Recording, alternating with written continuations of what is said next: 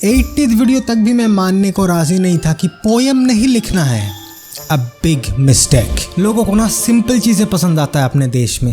Video starting में ही कविताओं जैसे भारी भरकम वर्ड लिखने से अपने अंदर का रविंद्रनाथ जाग सकता है, बट तुम्हें पहली बार देखने वालों की न्यूटन मर जाएगा। ये मेरा 117th वीडियो है और ये मिस्टेक ना बस नंबर 9 पे है। अब सोचो क्या क्या झेला होगा।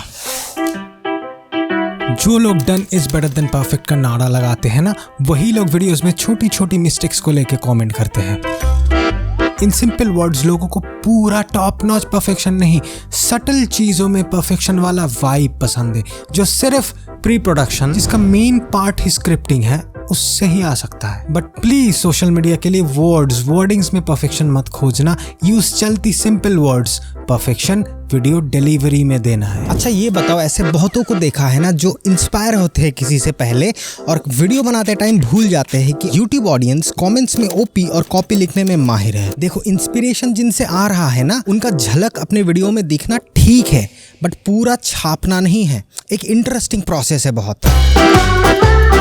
Imitation versus emulation. इमिटेशन ना सेम बंदर भी करते हैं, वही कॉपी। बट किसी इंस्पायरिंग स्टाइल या चीज को ट्राई करते करते जहां पे अटकोगे, बस वहीं पे अब खुद के तरीके से कुछ मेकअप कर देना एम्यूलेशन है। वहां पे छोड़ देना नहीं। Your failures are your identity. तुम्हारा वाई, उनका नहीं। वो लोग क्या कर रहे हैं, इससे ज्यादा क्यों कर रहे हैं, इस पे ज्यादा फोकस डालोगे ना तो देखना तुम्हारा स्क्रिप्ट कमाल होता जाएगा और अपने वीडियोस में उनका छाप और कमेंट सेक्शन में कॉपी वर्ड बहुत कम दिखते जाओगे। ये नेचुरल है, पता है ना। पहले इमिटेशन करते करते फिर खुद का कुछ रियल ओरिजिनल क्रिएट कर लेना, ये फ्लो में होता है और ह्यूमन का नेचुरल स्टेट ही फ्लो होता है। वो ब्रेक होता है इंटरप्शन से।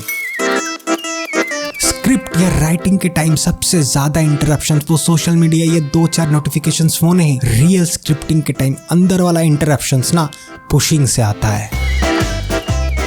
Don't push to fit. मतलब आप फनी लगने के लिए एक जोर जार से पंच लाइन, क्रिएटिव लगने के लिए जोर से भी कहीं से एक शॉर्ट स्टोरी घुसा देना, इनको बोलते हैं पुश करके फिट करना। अगर नेचुरल आ रहा है ना तो ठीक है। हाँ, ऑब्वियसली कुछ इंस्टेंस में तुम्हें क्रिएटिव अपॉर्चुनिटीज दिखेंगी, तुम्हें पता होगा कि स्क्रिप्ट के इस पोर्शन में ना कुछ मजेदार कर सकते हैं, बट अभी नहीं आ रहा तो उस सेक्शन में तुम स्पेसिफिकली दिमाग लगा के कुछ मजेदार क्रिएट कर सकते हो। बट हर टाइम जहाँ पे कुछ भी नहीं आ रहा वहां पे पुश करके पंच लाइन्स, क्रिएटिविटी, स्टोरी जरूरत नहीं है। अगर नेचुरल नहीं आ रहा किसी पार्ट में तो मे बी वही नेचुरल है उस पार्ट के लिए। Do not stress to fit something in. अच्छा, किसी पिटी क्लीशे लाइन सुनोगे। स्ट्रेस से याद आया कि मैं ना कनेक्शन जोड़ने में स्क्रिप्ट में बहुत स्ट्रेस लेता था पहले। Mistake number 6। स्क्रिप्ट में हर लाइन या हर पैरा को कनेक्ट करने के लिए घिसी पिटी क्लीशे वर्ड्स यूज मत करना। एग्जाम्पल, स्ट्रेस से याद आया कि मैं ना, प्लीज मत करना, ये जो देखा वो प्री प्लान्ड सैक्रिफाइस था।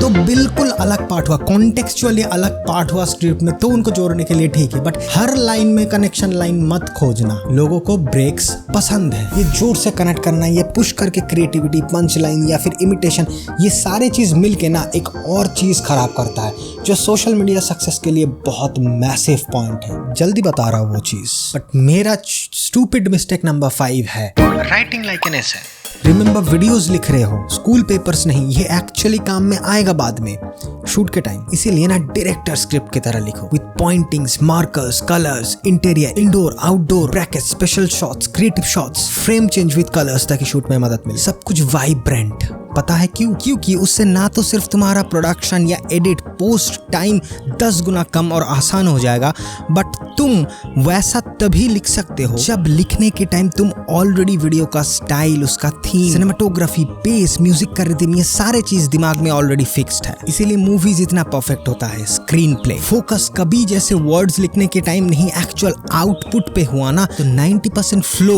वहीं पे क्रिएट हो जाता है लिखते टाइम। पहले एक गोल सेट करके रखना, जैसे एटलीस्ट एक शार्प आइडिया कि वीडियो ना इस तरीके से जाएगा, ये म्यूजिक होगा, कौन सी स्टाइल का म्यूजिक जाएगा, ये सारे चीज दिमाग में रखने से ना प्रोफेशनलिज्म नेचुरलिज्म बाहर निकल के आता है, वो सिर्फ प्रैक्टिस से धीरे धीरे आएगा। और तुम्हें ये पता है ना कि कितने अलग टाइप्स के म्यूजिक्स के उतार चढ़ाव होता है मेरे वीडियोस में, वो अप एंड डाउन फ्लो को दिमाग में रख के। वेल, एपिडेमिक साउंड के बिना ये इम्पॉसिबल था, क्योंकि इनका स्टेम्स फीचर मुझे एक म्यूजिक का 4 से 5 डिफरेंट वर्जन्स दे देता है। वो हाई लो फ्लो के लिए कोई भी म्यूजिक का हर एक इंस्ट्रूमेंट अलग से, इसीलिए लगता है कि एक ही थीम ट्यून बट अलग इंटेंसिटी, स्क्रिप्ट के अलग पार्ट के हिसाब से। और ऑब्वियसली इनका हजारों म्यूजिक्स और साउंड इफेक्ट्स का लाइब्रेरी, जिसमें हर हफ्ते न्यू गाना ऐड होता है। अब मैं ये कॉन्फिडेंटली कह सकता हूँ कि मेरे सुने हुए सबसे unique and original real artist के तैयार किया गया गानों से भरा, और सारे इनका 100% ओन बाय देम, कभी भी कॉपीराइट नहीं आएगा। बट मेरे ख्याल से ना एक और रीजन इनको the best music providers for creators करते हैं, वो है दी अफोर्डेबिलिटी। मैं खुद कमर्शियल प्लान यूज कर रहा हूँ ताकि क्लाइंट बेस कुछ कमर्शियल काम भी हुआ तो भी safe, but personal plan is the best for any kind of creators किसी भी प्लेटफॉर्म में। बट हाँ, एक चैनल पर प्लेटफॉर्म। अब इस प्राइस में भी 1 मंथ का फ्री मिलेगा अगर मेरे डिस्क्रिप्शन लिंक से जाके जस्ट साइन अप कर लोगे तो। और यप, उस फ्री टाइम में तुम जो भी ट्रैक्स यूज करोगे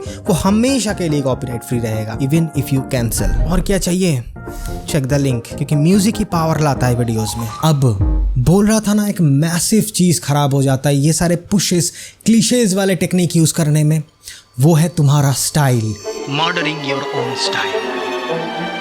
सालों बाद भी खुद का स्टाइल ना दब के ही रहेगा अगर ये सर्टेन चीजें करते जाओगे। कुछ जैसे not writing in your speaking tone, लिखते टाइम ऐसा चीजें लिख रहे हो जो तुम बोलते नहीं हो तो वो मत लिखो। इसका सिंपल ट्रिक है बोलते बोलते लिखो, पागलों की तरह नहीं, नॉर्मल मन में बोलो, जो लिख रहे हो वो बोल के देखो। अगर किसी पे अटक जा रहे हो तो एक फ्री फ्लो में वो सेंटेंस एक बार बोल दो, अगर उसके बाद जो वर्ड आ रहा है उसी को लिखो। जैसे डरना लिखते टाइम कि लोग पसंद करेंगे कि नहीं, तो ये चीज मैं नहीं लिखूंगा। कुछ चीज दिमाग में आ रहा है इंस्टेंटली बट पॉइंट के हिसाब से नहीं जा रहा, सिर्फ पॉइंट पे ही लिखना है। अगर दिमाग में कुछ क्रिएटिव है, ये सारे चीज लिखने के टाइम डरोगे तो। और जैसे राइटिंग एवरीथिंग, जगह छोड़ दो भाई, एक्सप्लेनेशन कर रहे हो किसी चीज के ऊपर तो उसे लिखने की जरूरत नहीं है। अगर कुछ दिल की बातें बोलना है तो मत लिखो, कुछ सीटीएस देना है तो मत लिखो। ये जो बेसिक चीजें होता है ये अगर फ्री फ्लो रखोगे तो ना तो स्क्रिप्टिंग में बहुत टाइम बचेगा बट तुम एज ए क्रिएटर ग्रो कर पाओगे अपने स्टाइल में। और मुझे बिल्कुल पता नहीं था कि इन सारी चीजों को ठीक तरीके से करने के लिए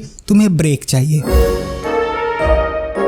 एटलीस्ट एक दिन सिर्फ लिखने के लिए। तो नो हेवी दिमाग बेस्ड काम दैट डे, इसे बोलते हैं मोनोटास्किंग। ये ना मे बी ये आर्टिस्ट क्रिएटिव लाइन में सबसे इंपॉर्टेंट टॉपिक है बट इसका ऑपोजिट सब बोलते हैं। देखो, अच्छे चीज बनाना है, ज्यादा नहीं, है ना। अब मैं नॉर्मली एक सेटिंग में ये बी रोल के लिए मैं बेड पे लिखता हूँ एक्चुअली, बट मैं एक सेटिंग में लिखता हूँ और बीच में 3 से 5 मिनट का गैप लेता हूँ। बंगाली में हम उसे बोलते हैं बुद्धिर गोराय धोआ। कुछ लोग ब्रेक्स में लिख सकते हैं ऑब्वियसली, बट जो सबसे मुश्किल पार्ट तुम्हें लग रहा है ना वो फर्स्ट हाफ पे खत्म कर दो। पार्ट एक दिन पूरा इसके लिए। पार्ट मेरे भाइयों और 6.4% बहनों, प्लीज ये याद रखना, title is your first script. इसे मिस करके डायरेक्ट वीडियो लिखना इज ए बिग गलती, क्योंकि नोटिस किए होंगे ये मॉडर्न क्रिएटर्स में कि वो टाइटल बेस्ड स्टोरी प्रोवाइड करते हैं वीडियोस में। टाइटल में एक स्टोरी होता है, वही प्रोवाइड कर रहे हैं वो वीडियोस में। टॉपिक चूज करने के बाद उसका टाइटल पे टाइम दे के सोच समझ के एक थॉट प्रोवोकिंग अगर स्टोरी डाल सकते हो ना तो वो स्टोरी ही तुम्हारा वीडियो है। अब टाइटल के लिए 2, 3, 4 दिन कुछ भी ले सकते हो, जब भी टाइम मिले 5 मिनट टाइटल के लिए सोच लिया। रात में एज यूजुअल नींद नहीं आ रहा तो टाइटल के बारे में सोच सकते हो। बट सबसे अंडररेटेड, अंडरलाइंड, मेरा सबसे हैबिचुअल मिस्टेक था राइटिंग एट नाइट। उफ, ये है अंडरलाइन खतरनाक बीमारी वाली गलती। देखो, ये इसके बारे में ना तुम 1000 वीडियोस, 1000 पॉडकास्ट, 1000 बुक्स पढ़ सकते हो। क्यों रात में क्रिएटिव ब्रेन वाला चीजें नहीं करना चाहिए। सिंपल फंडा है एनर्जी, ब्रेन बेस्ड काम कर रहे हो ना, तुम दिन भर कुछ करोगे भी नहीं ना तो ना चाहते हुए भी बहुत सारा एनर्जी ऑलरेडी बर्न कर दोगे। तो लास्ट में लिखते टाइम तो जो फ्रंटल कॉर्टेक्स का एनर्जी चाहिए होता है ना वो आधा भी नहीं रहेगा। एक और कारण है फोकस, जो ऑलरेडी रखना बहुत मुश्किल हो जाता है और सुबह की टाइम बहुत कम रेस्ट्रिक्शंस होता है दिमाग के लिए, क्योंकि तुम उठने के बाद ही एक सर्टेन हैवी काम कर रहे हो, उसमें ही फोकस्ड हो। ये चीजें ना इंडस्ट्री वाले, ऑफिस वाले जानते हैं, इसीलिए 9 AM to 5 AM है। एडिटिंग वाला काम हो सकता है रात की शांति में, क्योंकि उसमें बहुत सारे मसल मेमोरी वाला काम है।